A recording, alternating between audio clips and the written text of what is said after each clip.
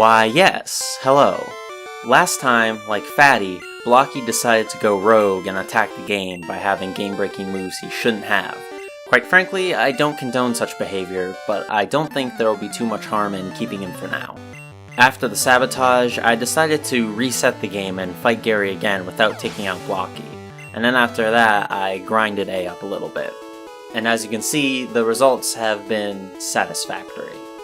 A learns a new move, and as a result, Cool Trainer is gone, and we have a nice coherent moveset now.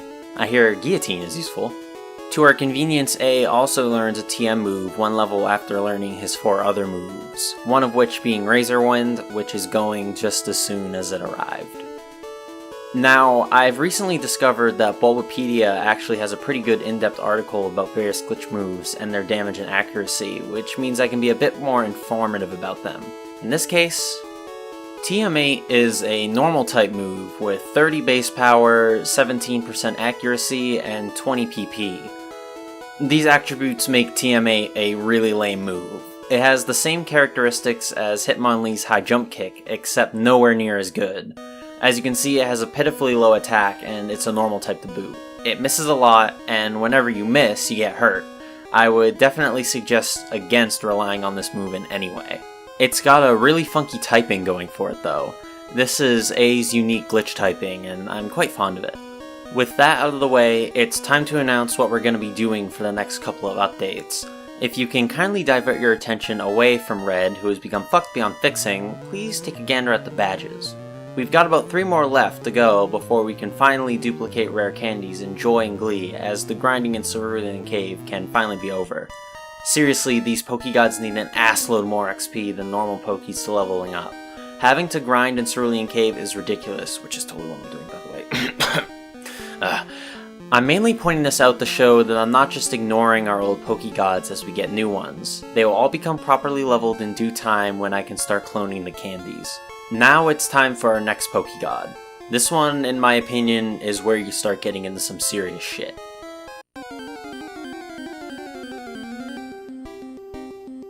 Meet Point 4. Point 4 is quite honestly the game fucker.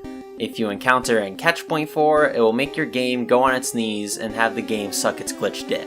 When it's done, Point 4 will grab a hammer and keep slamming the game on its head until it's quite near death. And then, only then, if Point 4 feels merciful enough, it will keep the game going, only to have it probably die within the next couple of minutes. So of course I have to catch it. It's not like save states get affected by in-game glitches, right? Right? Right. Notice how Point 4 has somewhat low health.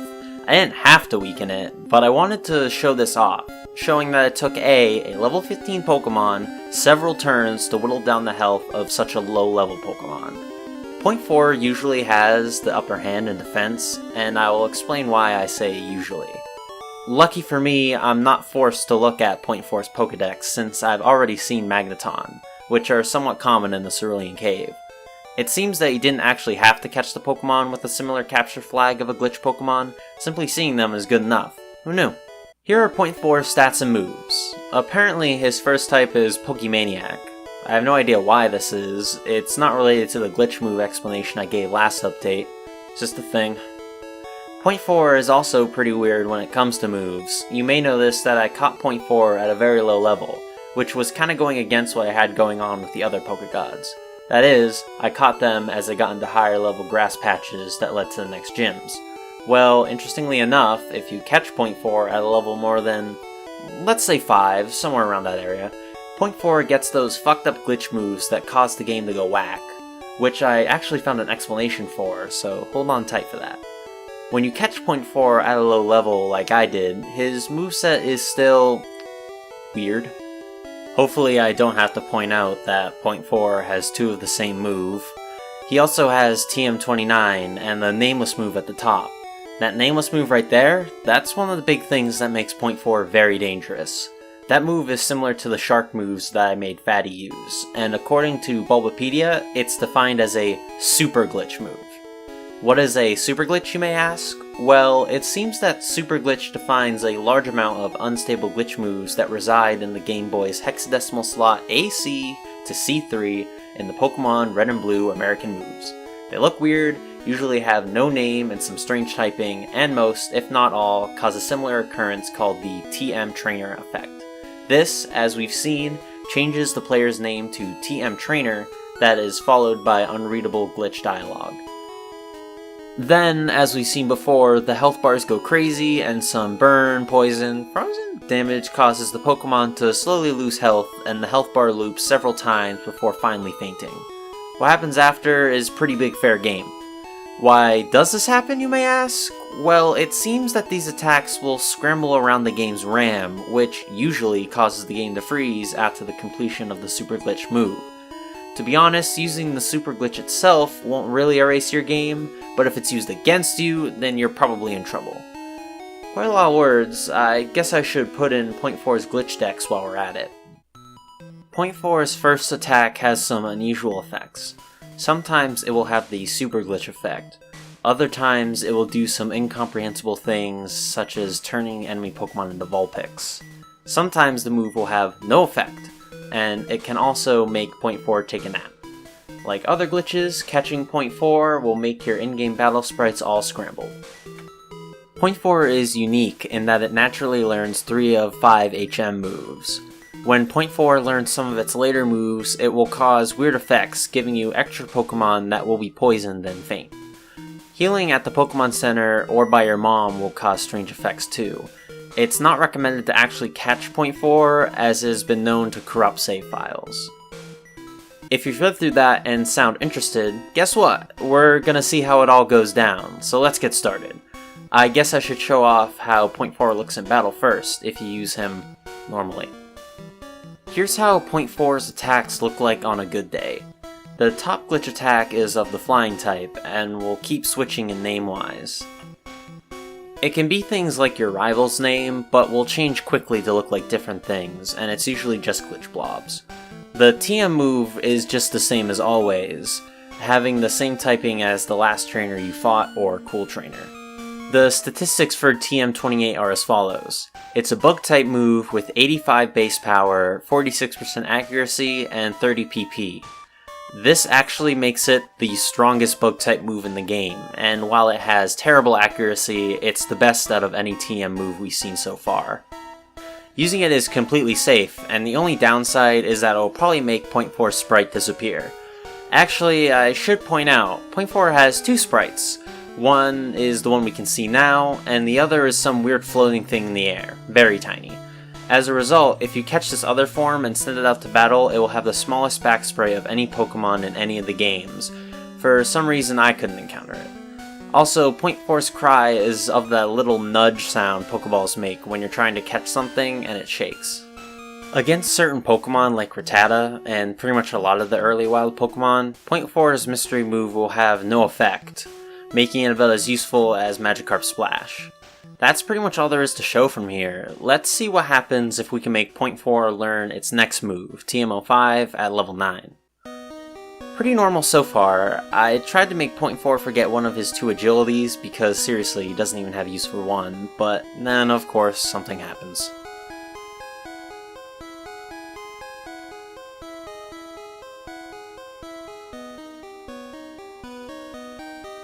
Point 4 doesn't know that move?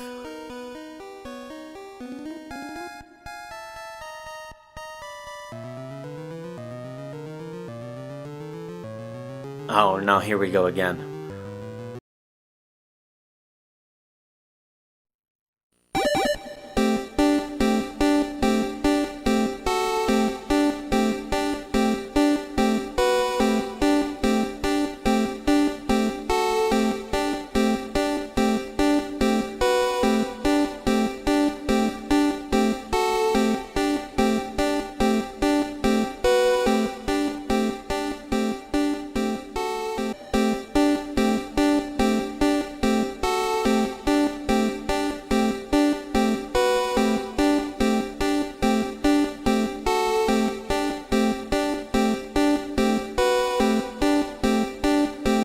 Right after all this was over, I made a separate save state for this. I know what's up now, and I'm ready to abuse what happens post-game. In case you're confused, let me explain. Before Point 4 evolved, I made a save state. This save state is what we're going to use to progress through the game as normal as we can. The save state I made after Point 4's level up and learning a move, that's a separate save state that we'll be using to play around with for now and revisit later. There are some rules that I, and hopefully you, have learned when traversing the apocalypse. One important rule is that the Pokemon screen should never be viewed. Ever. Doing so will introduce a white screen that one cannot escape out of, leaving red to eternal madness. As you can see, after the evolution chain we've gained some Pokemon, I only had 5 before, and it appears half have been status affected. Point 4 has transformed from a somewhat harmless level 8 glitch into a monster. You can't see it now, but he's actually over 200 levels. The start screen has been morphed into a bastardized version of its former self. Check out my name. It switched from Met to TM Trainer, hence how the TM Trainer effect got its name. As I said before, we can't view the Pokemon, so let's see how our trainer card is faring. Well, not too well. Also, my name is now PC Pokey. Make up your mind, game. Make up your mind. Unfortunately, this is where I have to pull back the curtain again and derail the story. There's a lot more that can be shown with Point 4's little hellscape, but unlike Met, I was unable to replicate the effects. Instead, I just get this. And this. And this. For now, we're going to put a pin in the Point 4 adventures and continue on with the main story. From Cerulean, we reach Lavender Town through the Rock Tunnel, or rather, over it. I was actually a little worried about hacking over the Rock Tunnel because one wrong move out of bounds and you can crash the game, as I've shown time and time again. There wouldn't have been anything entertaining in Rock Tunnel anyway, we would have just steamrolled it. Lavender Town is actually one of my favorite tracks in the game, despite it scaring the crap out of little me back in the day. It's nice and moody. Speaking of moody and depressing things, fighting Blue here? There's supposedly a whole reason behind it. Basically, when you fought Blue at the SSN, he had Eradicate. When you fight him here, he doesn't have Eradicate anymore. Supposedly it died, and he was there to pray for it. The Fire Red and Leaf Green translation does a lot better job in expressing it because Blue actually seems a bit peeved off in that version. Here, he's still all cocky and one-dimensional. Whatever, Mew kicked his ass easy. I also like to think that Blocky was the one who killed the Eradicate, sending him to glitch hell. Oh man, this ghost scared the shit out of me when I was a kid. Unfortunately, I'm really disappointed in it right now. It seems that not even glitches are enough to defeat this thing. Even a PokeGod is scared to fight it. Even if you have an encounter only this Pokemon cheat on, the ghost will still be the only thing that appears. Someone mentioned using a Pokédoll on it. Yeah, it didn't do shit. I just escaped from the battle like normal. God, this ghost was so disappointing. Didn't do anything. So fucking mad at this ghost. As a matter of fact, I was so pissed by the ghost, I just left it there. Let it haunt for all I care. I'm gonna leave it alone. If you guys know something fun to do with the ghost, tell me, cause I can't think of anything. For now, we're gonna fight Erica. Remember when I said A's guillotine was really good? This is a good representation as to why. A not only went first for Erica's first 2 Pokemon, despite being vastly underleveled, but he OHKO'd Victory Bell. I was getting excited to defeat Erica pretty quickly, but A missed on the second Pokemon and then started getting his ass kicked. We send in Mew to finish the job, and I get my rainbow badge.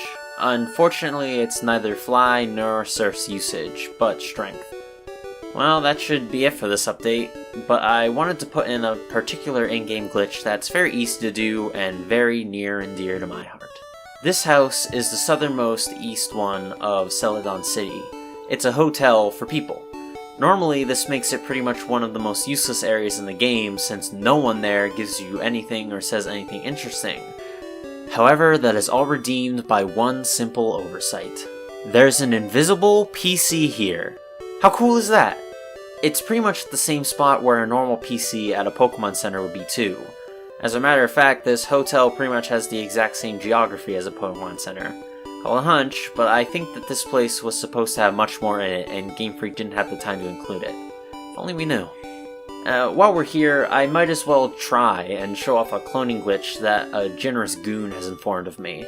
It's a finicky process, and quite honestly, I myself wouldn't recommend it since it involves turning the game off when it's saving, which usually doesn't lead to anything good. But hey, if you're good at timing, the first thing to do is switch to an empty box, then put the Pokemon you want cloned in it. We'll use Mew for this. Next, we have to switch to another empty box. Now, before Gen 3, the game had to save when switching boxes, which was, let me tell you, the most goddamn annoying thing if you had a lot of Pokemon. When you click on a box to switch, the game begins to save. Right when you press the A button to switch the box, reset your game. If you did it right, you have the Pokemon you wanted to clone in your party, and it's cloned in the box you put it in. Congrats, you now have 2 of your original Pokemon. I have to say this though, this trick was really hard to do. In fact, it was, well, impossible. I pretty much only managed to either not clone at all, or corrupt my save file. It's probably because I was trying to do it on an emulator. I imagine it'd be a lot easier on original hardware. That's it for now, everyone. Until next time... Wait, before you go. You may be wondering how the game can keep going on despite some of the crazy stuff that's happened. Well, local coding wizard NRVNQSR has the answers.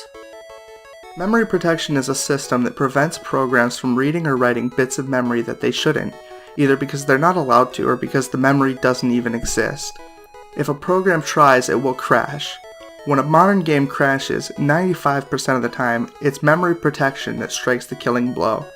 As the game gets more and more confused, it's more and more likely that it will ask a question it shouldn't and the system will smack it down.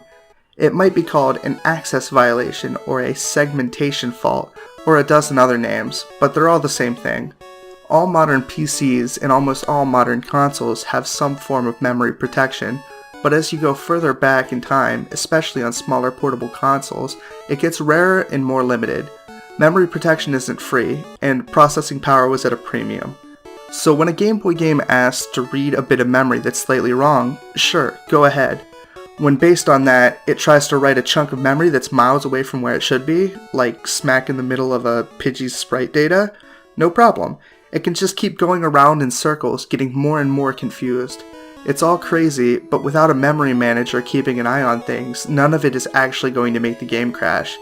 As long as the game can find its way back to a code that works again, it can carry on as if nothing happened. When a game on an old system like this actually crashes, it's usually because either the hardware has been asked to do something completely impossible, like dividing by 0, although some systems will try anyway, because the program has gone into an infinite loop, or because the programmer has specifically told it to die, like if the player encounters a Pokemon that shouldn't exist, then crash. Many games use that last one a lot.